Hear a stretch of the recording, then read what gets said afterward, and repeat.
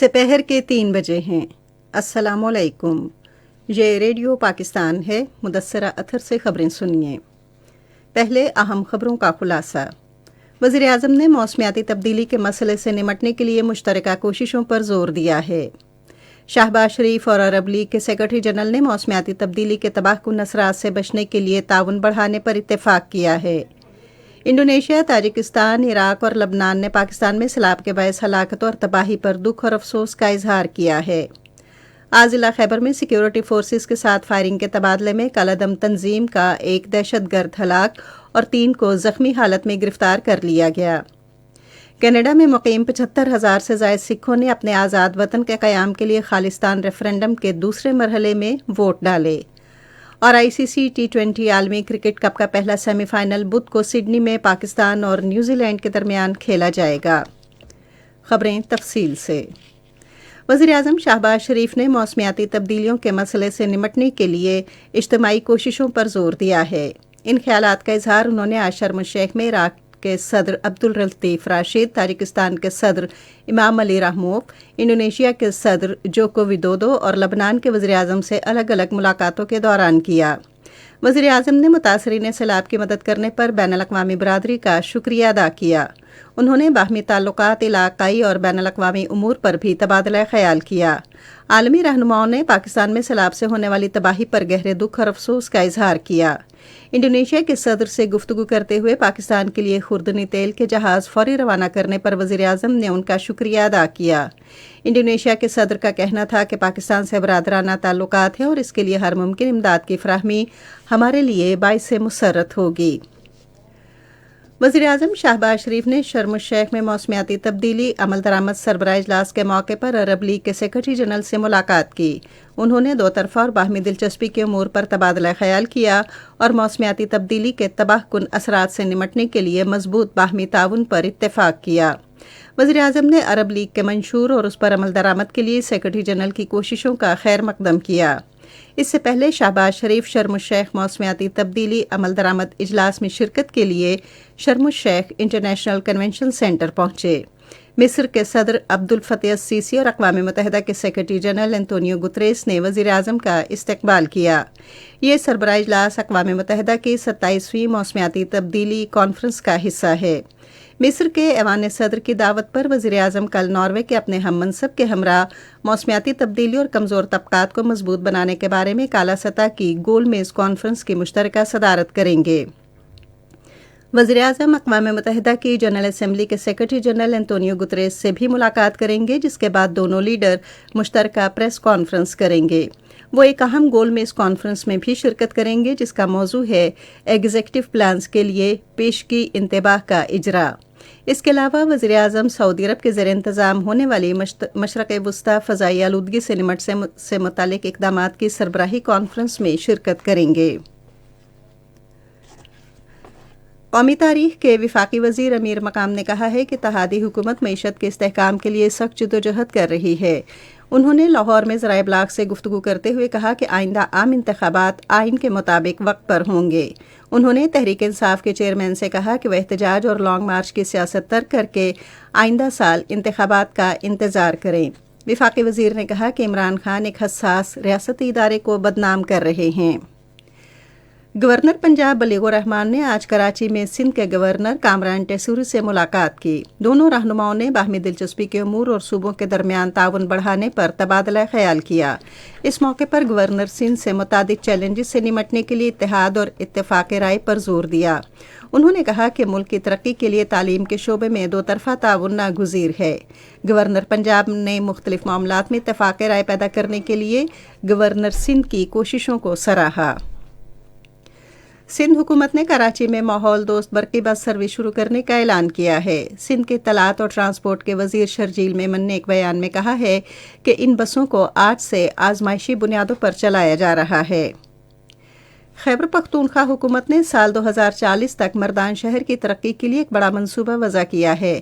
اراضی کے استعمال اور تعمیراتی کنٹرول کی اتھارٹی کے مطابق پینے کے صاف پانی کی فراہمی، نکاسی آب، ٹرانسپورٹ اور رہائشی سہولیات اور زراعت اور ثقافتی ورثے کا تحفظ اس منصوبے کا حصہ ہیں۔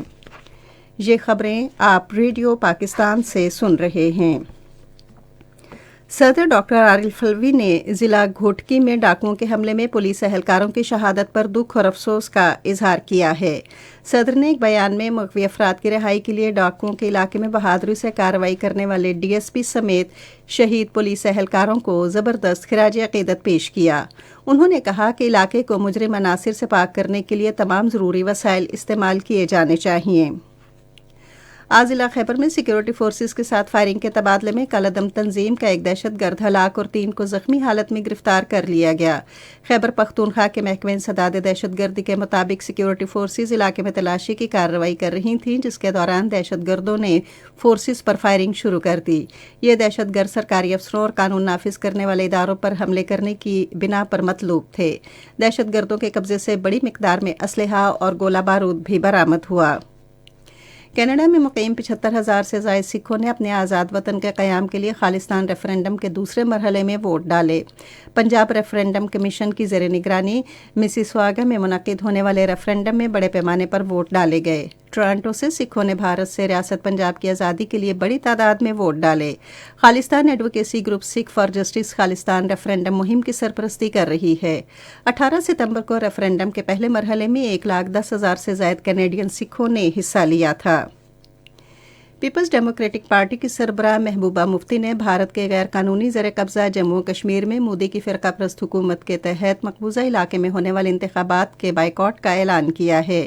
سری نگر میں ذرائع ابلاغ سے باتیں کرتے ہوئے انہوں نے کہا کہ مقبوضہ علاقے میں خوف، نفرت اور بے یقینی کا ماحول ہے اور ایسے حالات میں انتخابات میں حصہ لینا میری ترجیح نہیں ہے۔ انہوں نے کہا کہ بی جے پی مقبوضہ کشمیر کی ثقافتی، سماجی اور سیاسی شناخت مٹانے کے لیے اپنا فرقہ پرست ایجنڈا نافذ کرنا چاہتی ہے۔ بھارتی ماہرین امراض چشم کی ایک رپورٹ میں انکشاف کیا گیا ہے کہ 2016 میں جولائی سے نومبر کے درمیان پیلٹ گن سے زخمی ہونے والے 80% کشمیری کسی حد تک بینائی سے محروم ہوئے ہیں۔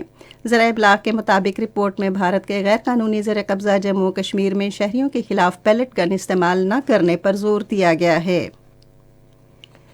گنی کے علاقے کنڈیا میں ایک بس اور ٹرک کے درمیان تصادم میں کم سے کم 22 افراد ہلاک اور 8 زخمی ہو گئے ہیں۔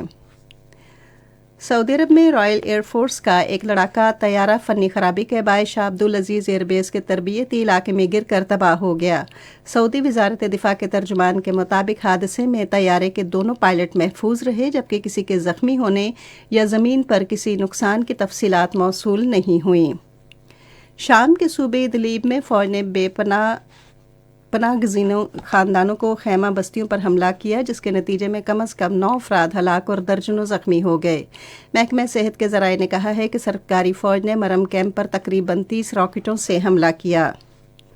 آئی سی سی T20 عالمی کرکٹ کپ کا پہلا سیمی فائنل بدھ کے روز سڈنی میں پاکستان اور نیوزی لینڈ کے درمیان کھیلا جائے گا۔ دوسرا سیمی فائنل جمعرات کے روز ایڈیلیڈ میں بھارت اور انگلینڈ کے درمیان کھیلا جائے گا۔ عالمی کپ کا فائنل اتوار کو میلبرن میں کھیلا جائے گا۔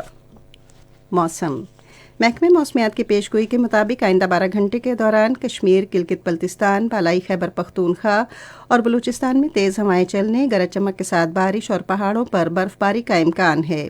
آج ریکارڈ کیا گیا بعض شہروں کا درجہ حرارت: اسلام آباد 22 ڈگری سینٹی گریڈ، لاہور اور کراچی 27، پشاور 26، کوئٹہ 19، گلگت 15، مظفرآباد 13 اور مری 10 ڈگری سینٹی گریڈ۔ بھارت کے غیر قانونی زیر قبضہ جموں کشمیر میں آئندہ 12 گھنٹوں میں موسم جزوی طور پر ابرآلود، جبکہ کچھ علاقوں میں تیز ہوائیں چلنے اور گرج چمک کے ساتھ بارش کا امکان ہے۔ آج ریکارڈ کیا گیا درجہ حرارت: سری نگر اور پلوامہ 12، جموں 23، اننت ناگ 13، شوپیاں 9، بارہمولہ 11 اور لی 3 ڈگری سینٹی گریڈ۔ اہم خبروں کا خلاصہ آخر میں ایک بار پھر۔ وزیر اعظم نے موسمیاتی تبدیلی کے مسئلے سے نمٹنے کے لیے مشترکہ کوششوں پر زور دیا ہے۔ شہباز شریف اور عرب لیگ کے سیکرٹری جنرل نے موسمیاتی تبدیلی کے تباہ کن اثرات سے بچنے کے لیے تعاون بڑھانے پر اتفاق کیا ہے۔ انڈونیشیا، تاجکستان، عراق اور لبنان نے پاکستان میں سیلاب کے باعث ہلاکتوں اور تباہی پر دکھ اور افسوس کا اظہار کیا ہے۔ آج ضلع خیبر میں سیکیورٹی فورسز کے ساتھ فائرنگ کے تبادلے میں کالعدم تنظیم کا ایک دہشت گرد ہلاک اور 3 کو زخمی حالت میں گرفتار کر لیا گیا۔ اسی کے ساتھ خبریں ختم ہوئیں۔ مزید خبروں اور تجزیوں کے لیے ہماری ویب سائٹ ہے radio.gov.pk اور فیس بک کے link radio Pakistan news official پر براہ راست ویڈیو سٹریمنگ بھی ملاحظہ کیجیے۔